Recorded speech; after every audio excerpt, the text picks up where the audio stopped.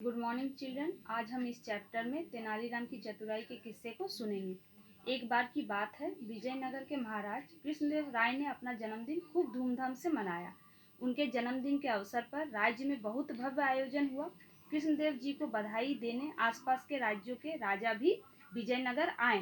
तभी उनके दरबार में दिल्ली से एक पहलवान आया। देखने में बहुत लंबा चौड़ा और तगड़ा था। दरबार में सबके सामने अपनी भुजाओं को फुलाते हुए उसने चुनौती दी, महाराज, क्या आपके राज्य में कोई भी पहलवान ऐसा है जो कुश्ती में मुझे हरा सके? लेकिन उसके इस शरीर को देखकर किसी ने भी उससे कुश्ती लड़ने की हामी नहीं भरी। सभी के सिर झुके। देख महाराज को विजयनगर की प्रतिष्ठा दांव पर लगी दिखी। लेकिन उन्होंने फिर से पूछा, कौन इस पहलवान से कुश्ती लड़ेगा? सबकी नजरें नीची और बोलती बंद। यह देखकर तेनालीराम ने कहा, मैं इस पहलवान से लड़ूंगा। दरबार के सभी लोग सोचने लगे कि अब तेनालीराम का क्या होगा।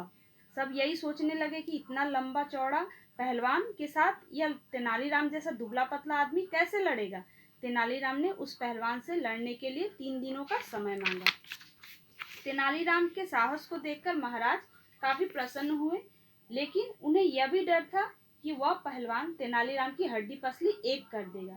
तेनालीराम और पहलवान की कुश्ती की बातें सारे विजयनगर में फैल गई। जो लोग तेनालीराम को पसंद करते थे, उन्हें तेनालीराम को पहलवान के साथ कुश्ती ना लड़ने की राय दी। उन्होंने तेनालीराम की पत्नी से भी कहा कि वह तेनालीराम को समझाए, लेकिन तब वह सबसे कहती, आप लोग चिंता ना करें, वह हनुमान जी की साधना करने नदी किनारे गए हैं।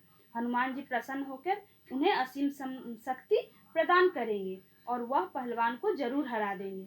यह बात सारे विजयनगर में फैल गई और यह बात पहलवान के कानों तक भी पहुंची। ठीक है, इस बात को पता करने के लिए वह भी नदी किनारे जा पहुंचा। पहलवान को आते देख तेनालीराम के सेवक ने उन्हें खबर दी, पहलवान नदी किनारे आ पहुंचा है।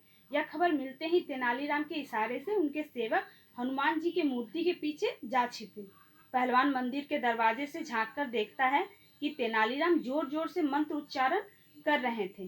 सामने अखंड ज्योति जल रही थी। तभी अचानक पहलवान देखता है कि हनुमान जी की मूर्ति से आवाज आती है, तेनालीराम, मैं तुम्हारी साधना से प्रसन्न हूँ, मांगो, क्या मांगते हो? तेनालीराम ने कहा, मुझे असीम शक्ति का स्वामी बना दीजिए भगवान। तभी मूर्ति से आवाज आई, तथास्तु, यह लो एक फूल और इसे खाकर तुम असीम शक्ति के स्वामी बन जाओगे। और यह फूल खाकर तुम अगर पर्वत पर भी एक मुक्का मार दोगे तो उसके टुकड़े टुकड़े हो जाएंगे। यह देखकर पहलवान काफी घबरा गया और वह चौथे दिन अखाड़े में समय से नहीं पहुंचा, यानी उसका कोई अता पता नहीं था। जब महाराज ने अपने सेवक को पहलवान को बुलाने के लिए भेजा तो सेवक ने बताया वह आधी रात को ही विजयनगर से भाग खड़ा हुआ है। ठीक है, पास में ही खड़े तेनालीराम मुस्कुरा रहे थे।